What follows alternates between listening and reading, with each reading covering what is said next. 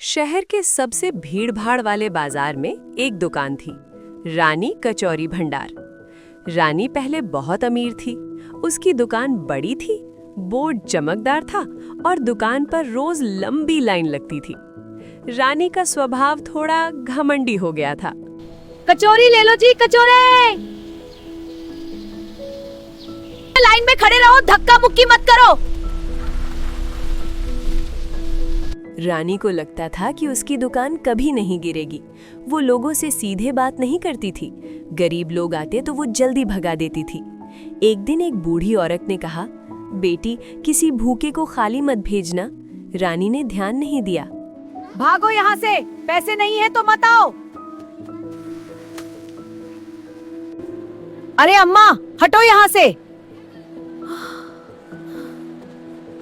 कुछ महीनों बाद बाजार में 2 नई कचौरी की दुकानें खुल गईं। उनकी कचौरी सस्ती भी थी और स्वाद भी अच्छा था। रानी की बिक्री धीरे धीरे कम होने लगी। गरमा गरम कचौरी, ताजा ताजा बनाया। अरे आज तो कोई नहीं आया। फिर दुकान का किराया बढ़ गया, बिजली का बिल बढ़ गया और पुराने ग्राहक भी कम हो गए। रानी रात रात भर परेशान रहने लगी। अब रानी ने स्टाफ हटा दिया। अब वो अकेले ही काम करने लगी। पहले जो रानी सोने की चूड़ियां पहनती थी, अब वही रानी सादी चप्पल में काम करती थी। दुकान छोटी हो गई, बोर्ड पुराना हो गया और रानी का चेहरा थकान से भर गया।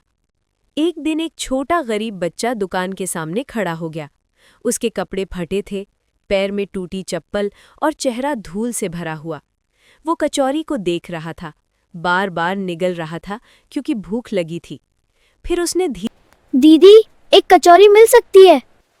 चल भाग यहाँ से, कोई कचौरी नहीं तेरे लिए, गरीब। रानी को अंदर से बहुत बुरा लगने लगा।